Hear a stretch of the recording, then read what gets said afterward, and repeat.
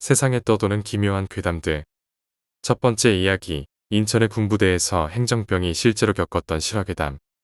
제 친구는 인천의 모 사단에서 행정병으로 복무했었습니다. 그래서 그런지 부대 내에서 일어난 사건, 사고의 개요나 일지를 심심하면 확인하곤 했었답니다.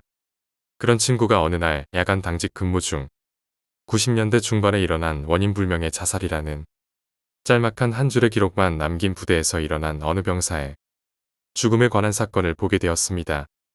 사실 군대라는 조직이 워낙 알 수 없는 죽음이 많고 내부적으로도 시시하거나 덥기에 급급한 사건이 많긴 하지만 일반적으로 사고사나 자살의 경우 일어난 원인과 사후 처리 과정이 어느 정도 기록되게 마련인데 이 사건은 친구의 호기심을 자극하기에 충분했다고 합니다.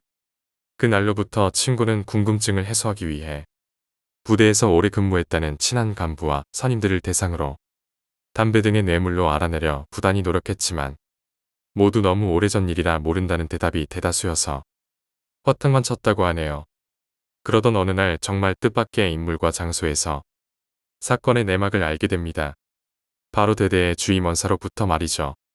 주임원사가 중대의 중대장과 친한 사이라 자주 중대를 들락날락거리곤 했는데 그날도 어김없이 커피 한잔하며 중대장과 이런저런 이야기를 나누던 중 행정 업무를 처리하던 친구의 귀에 솔깃한 이야기가 흘러들어왔던 거죠. 바로 90년대 중반. 그 원인불명의 자살자에 관한 내막 말입니다. 사건의 내막은 대충 이랬습니다. 90년대 중반 딱히 흠잡을 데나 문제가 없었던 전이 본 지 몇 달이 조금 지난 이등병이 하나 있었답니다. 그 병사와는 5달 위에 유독 친한 선임이 하나 있었는데 둘은 군대의 선임과 후임의 사이로 만났지만 서로의 고민과 고충을 털어놓기도 하며 아주 막력한 관계를 유지했다고 합니다. 그러던 어느 날 갑자기 이등병은 부대 뒤편에 위치한 창고에 몰래 숨어들어 목을 메어 자살했고 부대는 발칵 뒤집혔습니다. 상급 부대에서 감찰반과 조사반이 내려와 자살의 원인과 내막을 규명하기 위해 부대 내 구타 및 폭언 등 부조리 등을 중점으로 수사를 벌였지만 뚜렷한 원인이 밝혀지지 않았고 나중에는 그 친했다던 선임도 조사 대상에 올라 선임이 쓰던 일기장까지 참고자료로 활용되었답니다. 그 과정에서 일기장 내용에 아주 놀라운 기록이 발견되었고 죽은 이등병의 선임이 이런 내용으로 일기를 썼기에 그 일기의 내용을 말씀드리겠습니다. 정말 이상한 꿈을 꿨다. 너무나 찝찝하다. 꿈의 내용은 이렇다. 난 평소처럼 대대보수 작업 일과를 받고 있었고 한참 작업에 몰두하고 있는데 저 멀리에서 병수가 미친 듯이 뛰어오는 게 보였다. 가까이 와서 보니 땀까지 뻘뻘 흘리고 있었다. 그리고는 다급한 목소리로 일병님 도와주십시오. 웬 검은색 옷을 입고 얼굴이 창백한 아주 무섭게 생긴 남자가 절 죽이겠다면서 쫓아오고 있습니다. 난 이게 도대체 무슨 말인가 하고 의아해하면서 일단 당황하지 말고 그럴 리 없다며 안심시킨 후 그래도 병수의 진정 기미가 보이지 않아 일단 내무실 안으로 들어가 숨으라고 했다. 병수는 내 말대로 내무실 안으로 숨어 들어갔고 나는 다시 작업을 시작했다. 그런데 정말이었다. 정말 저 멀리서 키가 아주 크고 검은 옷을 입은 도대체 이 세상에 저토록 무섭게 생긴 얼굴이 있을까? 그렇게 느낄 정도로 창백한 남자가 뛰어오더니 주위를 두리번거리며 나를 붙잡고 병수의 행방을 묻는 것이었다.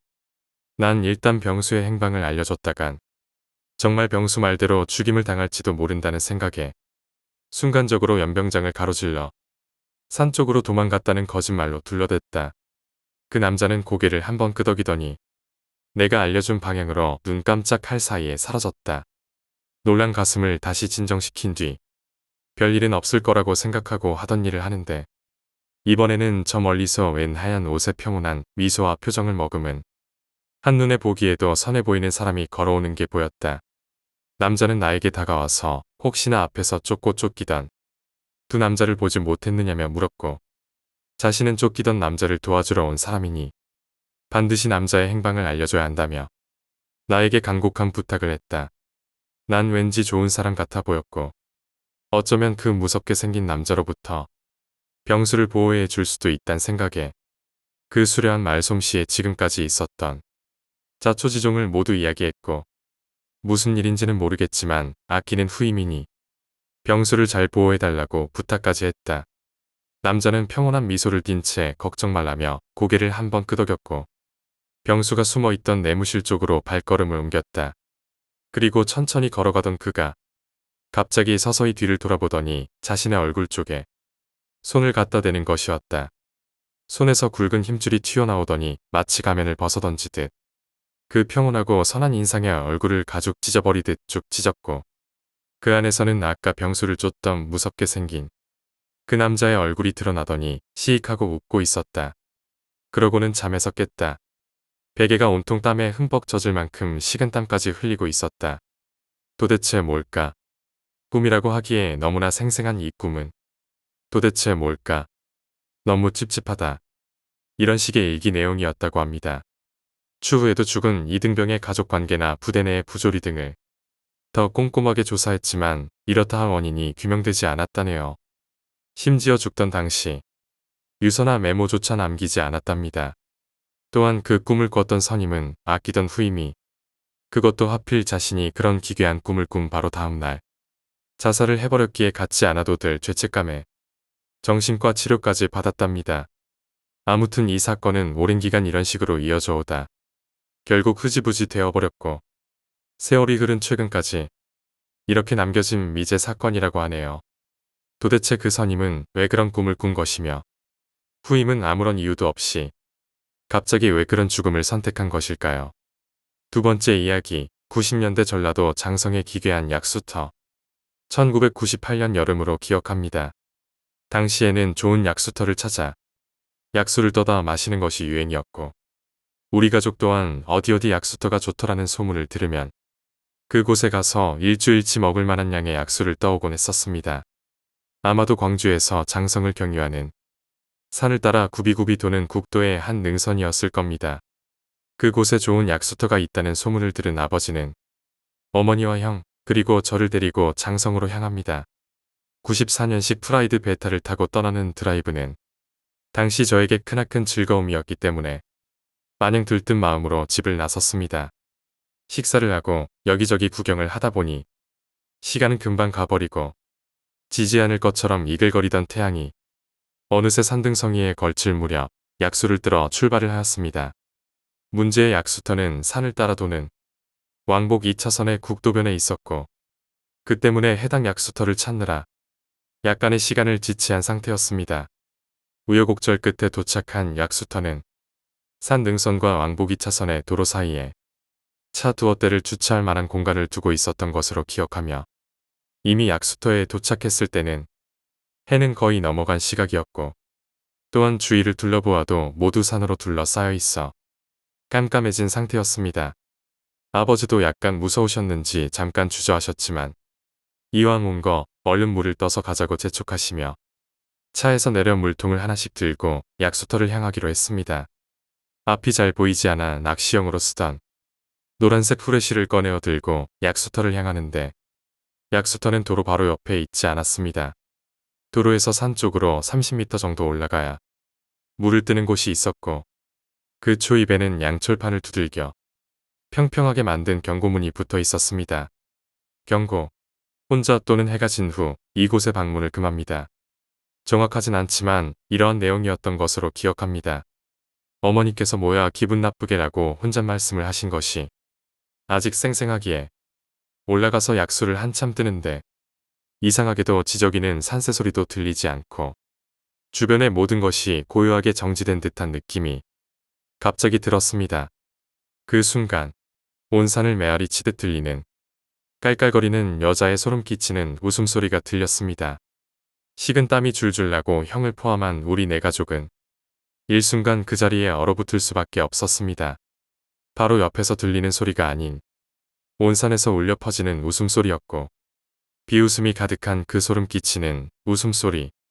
더욱 무서웠던 건 웃음소리가 들린 순간 우리 네 가족은 동시에 그 자리에 얼어붙었다는 것이었고 서로 말은 하지 않았지만 모두 동시에 같은 소리를 들었다는 것을 알 수 있었습니다.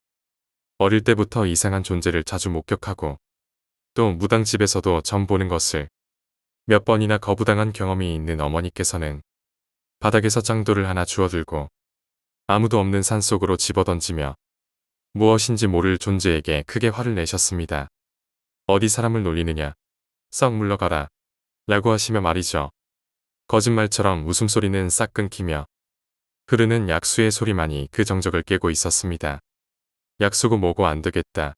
라고 판단하신 아버지는 급한 마음에 다 차지도 않은 약수통을 뚜껑도 닫지 않으신 채 뒤돌아 내려가시려다가 약수통을 얻게 됩니다. 그 순간 우리 가족을 비웃는 듯한 그 소름 끼치는 웃음소리.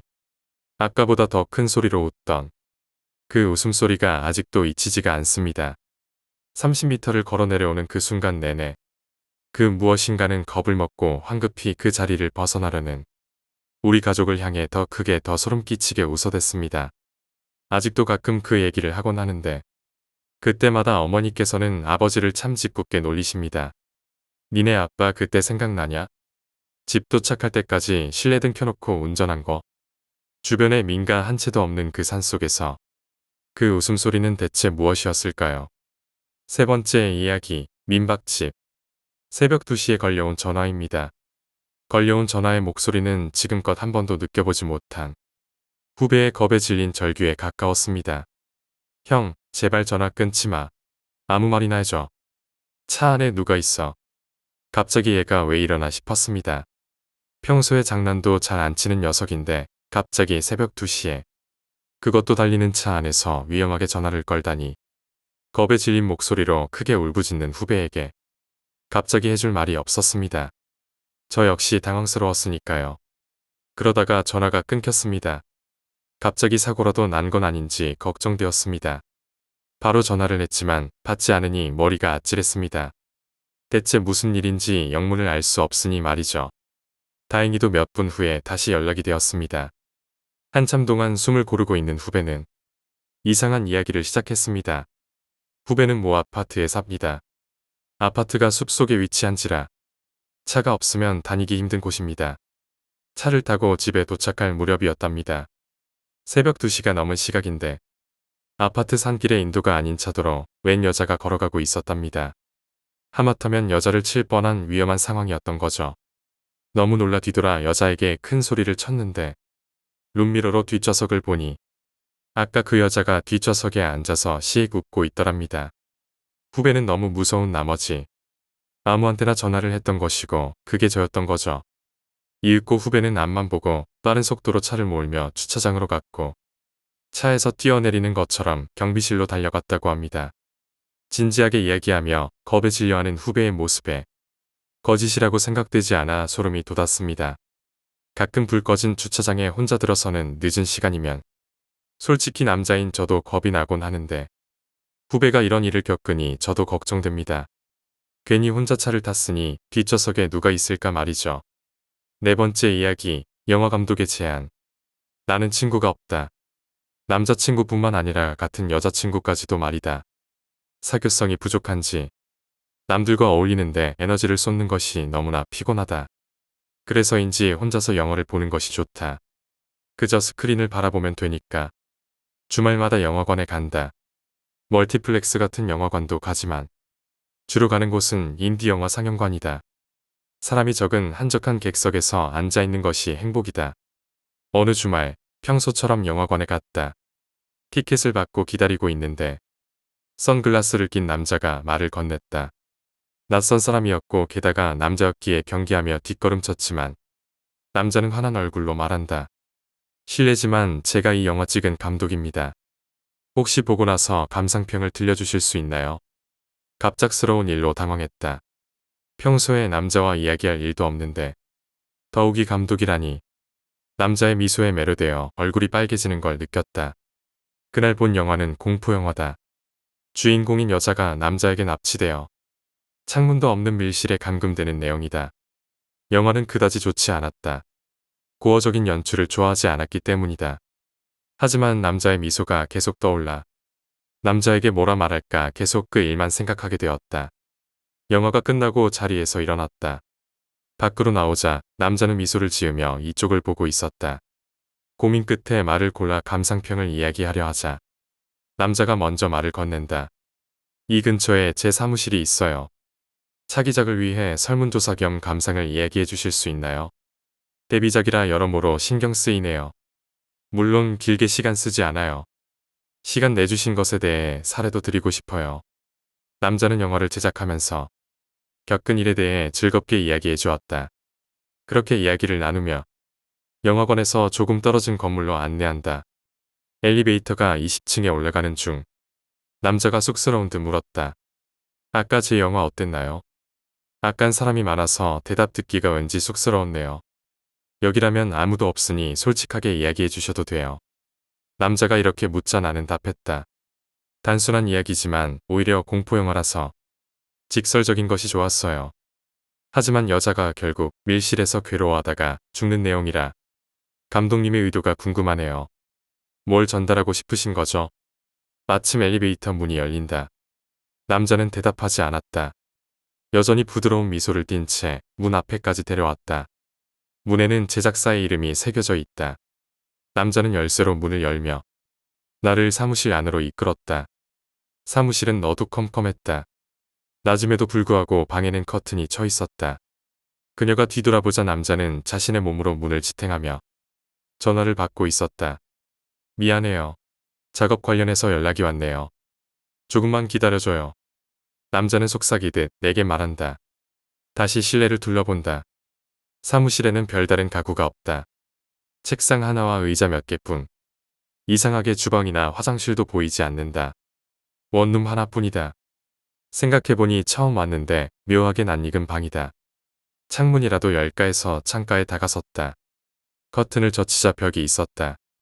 뒤돌아 남자를 쳐다봤다. 그는 처음에 봤을 때 보여준 그 상냥한 미소를 지으며 현관 밖으로 가서 조용히 문을 닫았다. 순간 당황스러워 손에 있던 가방을 떨어뜨렸다. 현관 문 안쪽에는 손잡이가 없었다. 그제야 생각이 났다. 이 방이 왜 낯익었는지 말이다. 이제 나는 죽게 되는 걸까? 5번째 이야기, 민박집의 여자. 친구들과 1박 2일로 해수욕장에 갔었습니다. 바다에서 신나게 놀고 숙소에서 게임도 하다 보니 어느새 밤이 깊었습니다. 모두들 체력이 소진된 터라 평소보다 일찍 잠들었습니다. 제가 가운데 누워서 자고 있는데 오른쪽에 누워있던 친구가 무척이나 잠꼬대가 심했습니다.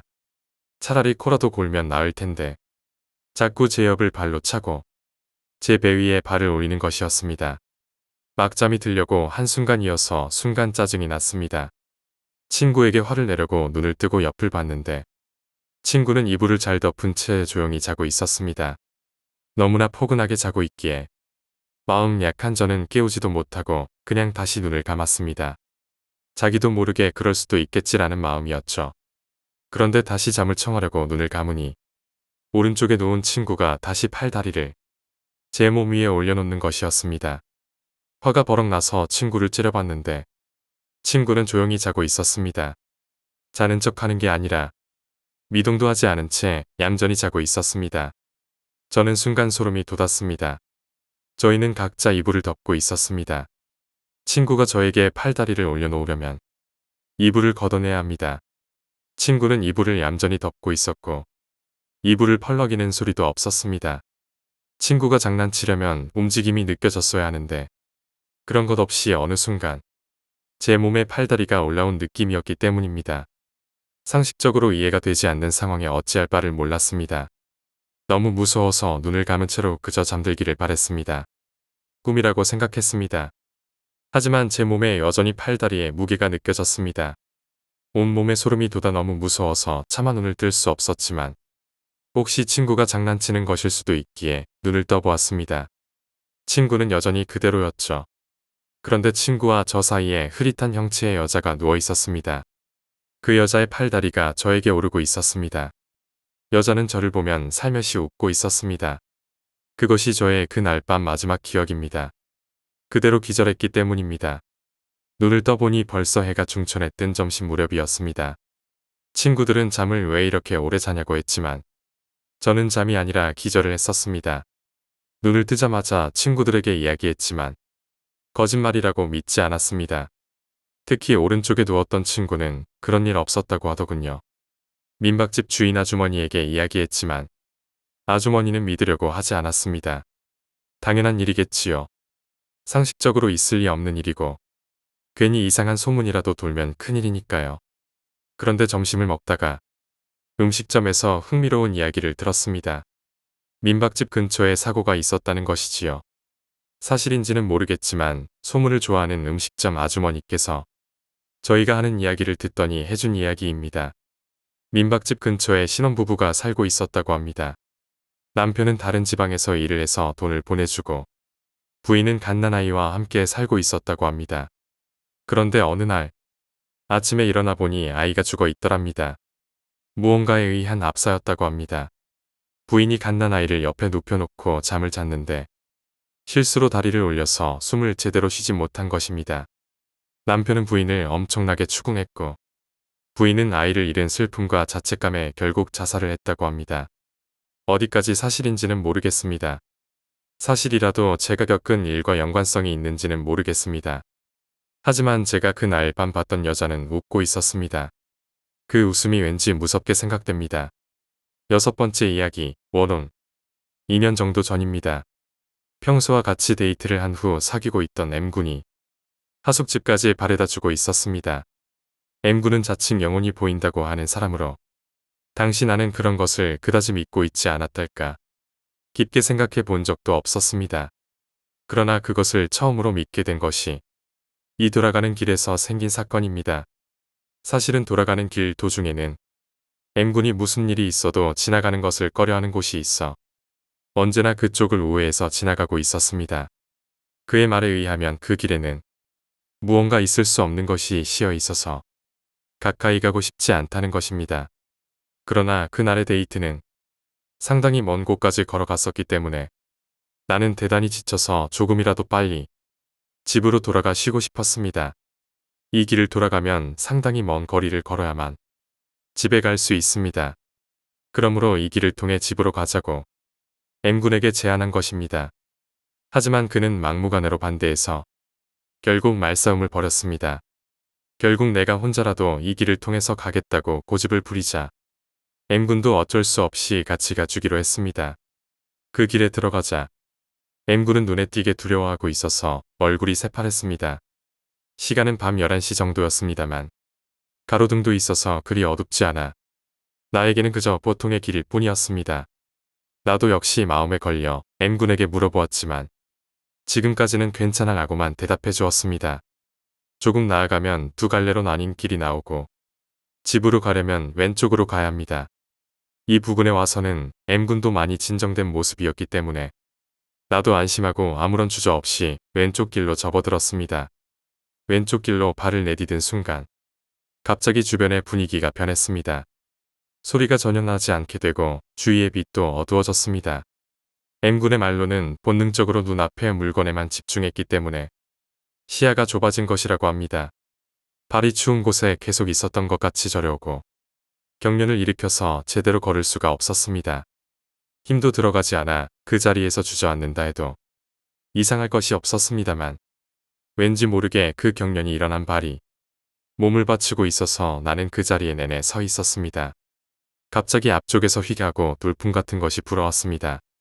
마치 옆에서 전철이나 커다란 자동차가 지나갔을 때 같은 느낌입니다. 그리고 그 순간 사류자라고 하는 크고 작은 목소리가 주위에 울려 퍼졌습니다. 가까운 것은 나의 귓가에서 바로 들렸습니다. 돌풍 같은 것이 지나간 후 나는 아연실색하고 있을 뿐이었습니다. M군은 조금 전과는 비교할 수 없을 정도로 핏기가 가신 얼굴을 하고 있었습니다. 갑자기 내 곁에 다가와서는 필사적으로 나의 발을 계속해서 손으로 때렸습니다. 나중에 빨갛게 부어오를 정도로 심하게 맞았습니다만 이때는 발에 감각이 없었고 전혀 아픔을 느끼지 못했습니다. 그러나 곧 아파지고 동시에 발에 감각이 되돌아와서 나는 바닥에 주저앉고 말았습니다. 옆을 보니 M군도 나쁜 난색을 한 채로 주저앉아 이제는 괜찮아라고 숨을 몰아쉬고 있었습니다. M군에 의하면 왼쪽 길로 들어선 순간 앞쪽으로부터 검은 몽롱한 것이 눈사태처럼 흘러와 우리들의 몸을 휘감고 지나갔다고 합니다. 나의 발에는 그 검은 무언가로부터 나온 무수한 손이 달라붙어 있어 그것을 털어낸 것이라고 합니다. 그 길에 대해 말하자면 우선 고작해야 50m 정도의 길에 작은 사당이나 신사가 7개씩이나 밀집해 있습니다. 그리고 그 길을 향한 집 현관의 거의 전부가 소금을 뿌려놓고 있었습니다. 개중에는 술이 놓여 있거나 몇 장의 부적이 붙어 있는 집도 있었죠. 그리고 이 주변에 있을 리가 없다고 생각될 정도로 낡은 폐가와 빈 집들이 눈에 띄었습니다. 그러고 보니 처음에 말했던 이 길을 오해하면 대단히 멀리 돌아가야 한다라는 것도 우스운 이야기입니다. 구획이 잘 정비된 거리에서 단지 이곳만 주위의 차도를 크게 우회해서 가거나 그곳에서 막다른 골목에 막히거나 둘 중에 하나가 되게 만들어 둔 것입니다. 유일하게 두 갈래로 나뉜 길과 거기에서 갈라진 모스혈관 같은 복잡한 샛길만이 그곳의 교통수단이 되고 있습니다. 아무래도 기분이 나빠서 그 동네 토박이인 학교 선배에게 물어보니 이 구에게는 옛날에 불악이 있었다고 합니다. 그것뿐만 아니라 꺼림칙한 사건이 있었던 모양이고 불악 자체는 전쟁이 끝나기 전에 없어진 것 같습니다. 그렇지만 그 사건의 내용은 금기시되고 있는 모양이고 선배도 모른다고 합니다. 그리하여 그 고장 사람들은 그곳을 싫어했고 그 후에도 쭉 그 땅에서는 살지 않았다고 합니다만 20년이 지나서 외지인들이 그곳에서 살기 시작한 것입니다. 도대체 불악에서 무슨 일이 있었던 것일까요? 사르라고 하는 것은 무엇일까요? 마음에 걸립니다만 선배나 M군의 충고도 있어 나는 이 이상 조사하는 것은 그만두었습니다. 여러분도 만약 효고현에 유명 야쿠자 본부가 있는 도시에 가시게 된다면 주의하세요. 왠지 길이 도중에 끊어졌다면 우회하도록 하고 함부로 지나가지 않도록 하세요. 혹시 그 불악, 조선인들이 살던 곳이 아닐까요? 살려줘라고 하는 한국어가 있는데 묘라는 발음은 일본어에는 없으니까 묘라고 들린 것 같습니다.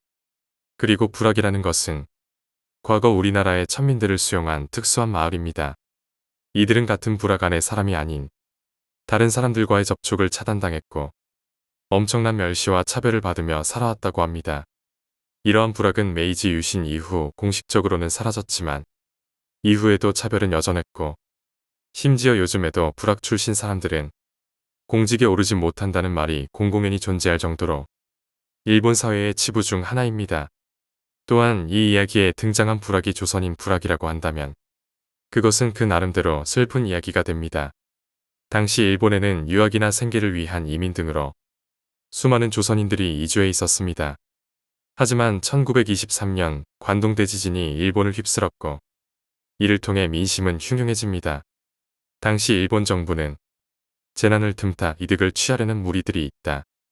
조선인들이 방화와 폭탄에 의한 테러와 강도 등을 계획하고 있으니 주의하라는 명령을 시달했고 이것이 일반인들의 귀에 들어가면서 약 6천여 명 이상이 살해된 것으로 알려진 관동대학살이 일어납니다.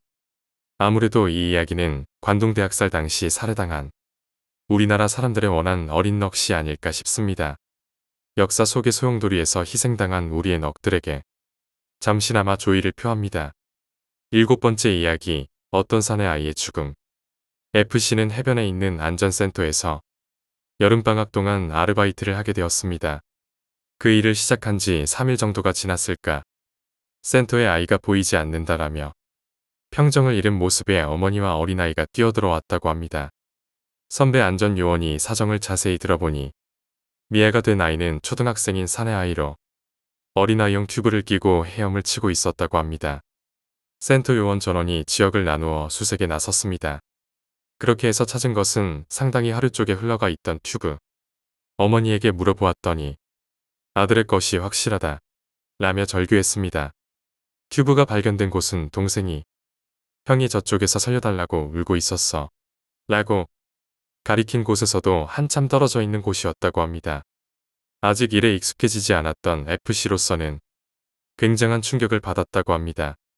저녁을 먹고 방에 돌아와 바깥을 보니 가로등에 불조차 들어오지 않았는데 어두운 그늘 한켠에 있는 공중전화 부스 안에 작은 사내 아이가 웅크려 앉아 있었습니다.